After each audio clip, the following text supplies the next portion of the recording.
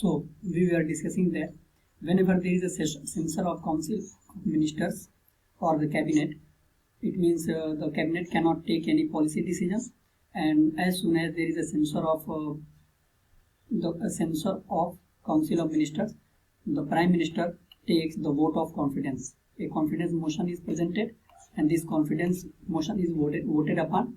If this confidence motion is passed, then it is considered that the prime minister or the government headed by the prime minister commands majority in the house, so it can take all the policy decisions. While if it is defeated, this confidence motion is defeated, then prime minister has to resign, and it is the death of the council of ministers, or the government fails. So this is the thing that what we are talking about.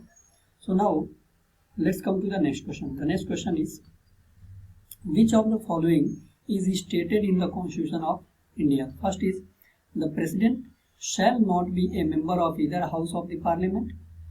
Next is, the parliament shall consist of the president and the two houses of the parliament. So the options are 1 only, 2 only, both 1 and 2, and neither 1 nor 2. The answer to this question will be C, both. That in the Constitution of India, it is clearly stated that the Parliament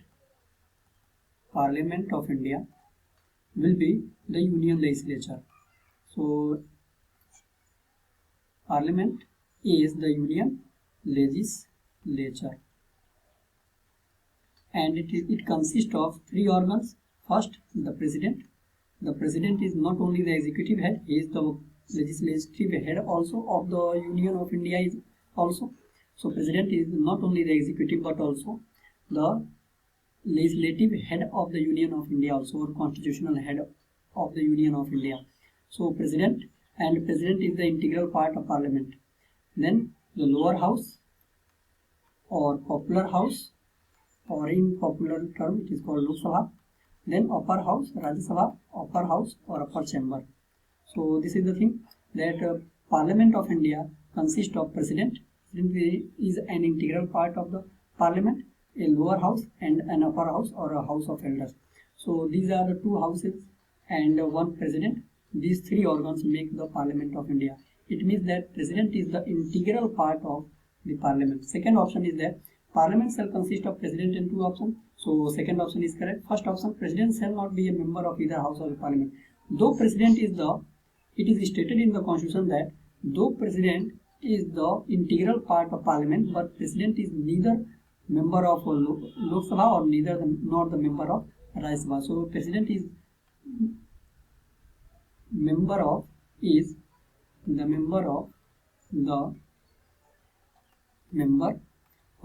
neither house of the parliament. It means he is not the member of lower or upper, both the houses of parliament.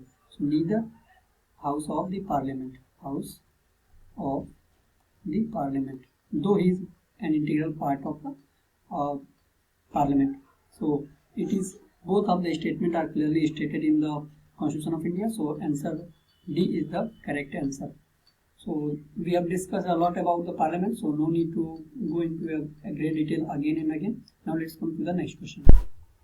The next question is, with reference to Indian parliament, which one of the following statement is not correct? So it is asking not correct. You should be very careful while reading the introduction of the question, that whether it is asking correct or not correct. So it is asking not correct, and these not correct questions are very important because they give a lot of data.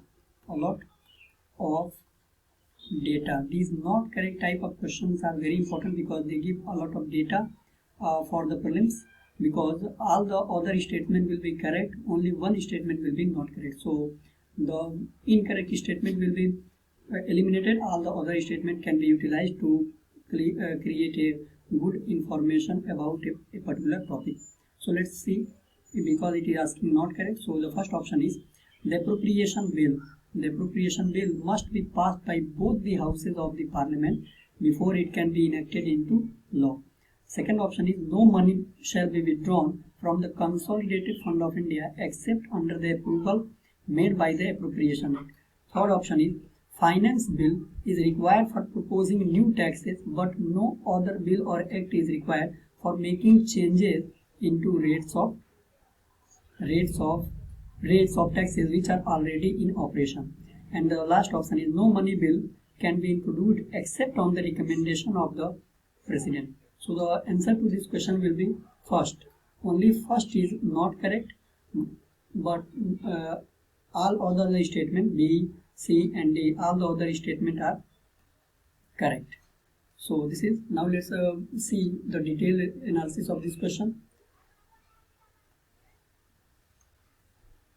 So as we know that it is talking about money bill. According to Article 110 of the Constitution of India, 110 of the Constitution of India, Article 110 of Constitution of India defines money bill. There are two types of money bill. One, appropriation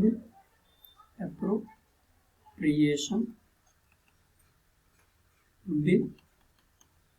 Second, finance bill.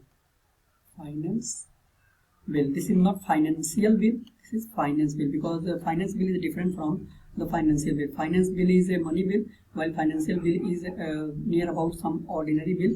Like an ordinary bill, there is just one difference. Okay, so there are money bills. There are two types of money bill, one appropriation bill, one finance bill. What is a money bill? Money bill is a bill that is related to the withdrawal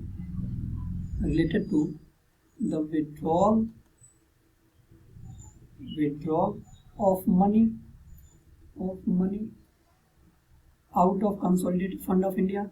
So there are different types of funds with the government: Consolidated Fund of India, Contingency Fund of India, Public Accounts of India, or Public Fund of India. So there are different types of funds. So one of the fund is Consolidated Fund of India. It is a constitutional fund, and money bill is related to it is defined under Article 10, and it is related to, the money bill is related to withdrawal of money out of Consolidated Fund of India, deposit of money in the Consolidated Fund of India. It is related to money matters. Money bill is related to money matters for the government of India. So any matter that is related to it, that has some effect on Consolidated Fund of India or related to it, then it will be called a money bill. So money bill, if any matter that has an effect, primarily has an effect on Consolidated Fund of India, is to be called by it can be called as money bill. So money bill has an effect on Consolidated Fund of India. And what are the major provisions of the money bill? Article 110 defines money bill, and it says that any bill that has an effect on Consolidated Fund of India, it means that may be related to withdrawal of money out of Consolidated Fund of India, deposit of money out of Consolidated Fund of India, may be related to tax matters or revenue matters. So these are called money bill. So there are two types of, broadly we can classify money bill into two types: appropriation bill. Appropriation bill is related to withdrawal of money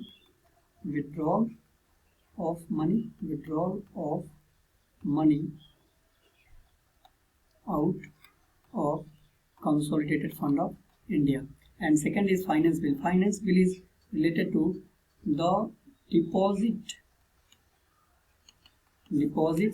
in Consolidated Fund of India, or it is related to taxes, that by a finance bill government can bring new taxes,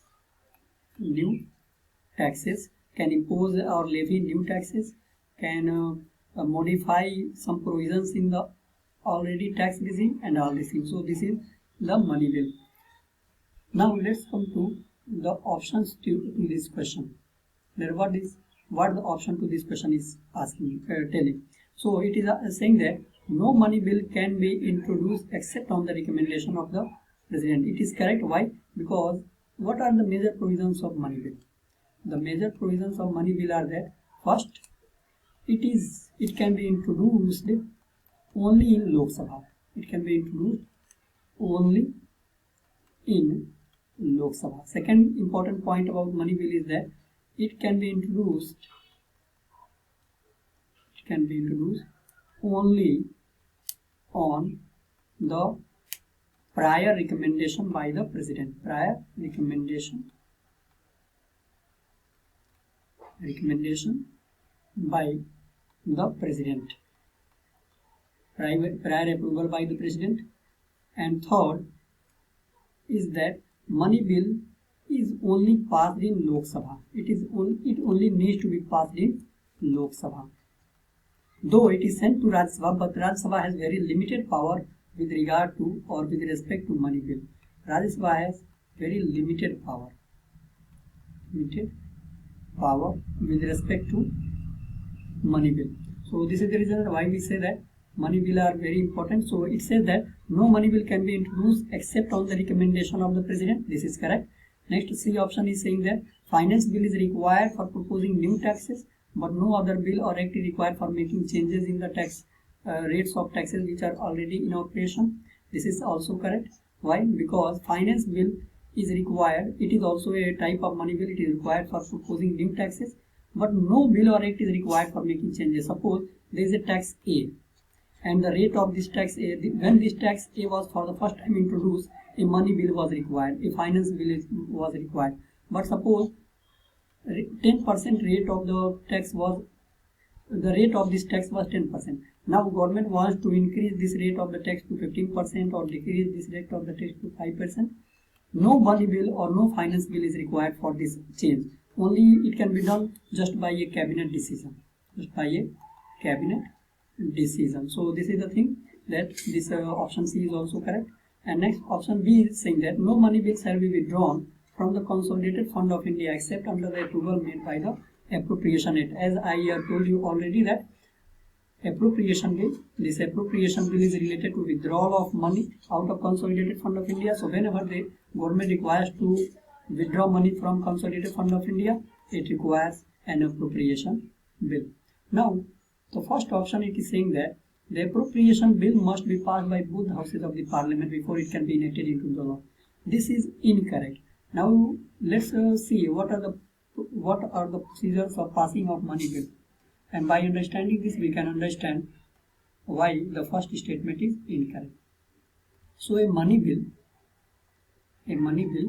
whether it may be an appropriation bill or a finance bill, though finance bill is related to receipts in the Consolidated Fund of India or revenue.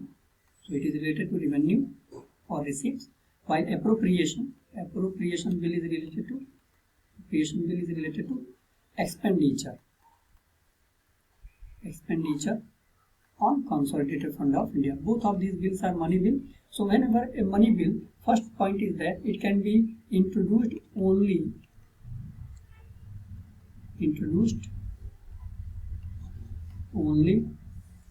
with the prior recommendation of the president.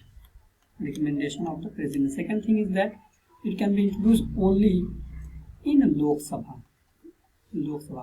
Third, and whenever the Lok Sabha, and if suppose Lok Sabha passes this bill, then this bill is referred to Rajya Sabha. And as I told you, Rajya Sabha has very limited power in the case of money bill. Rajya Sabha can discuss money bill.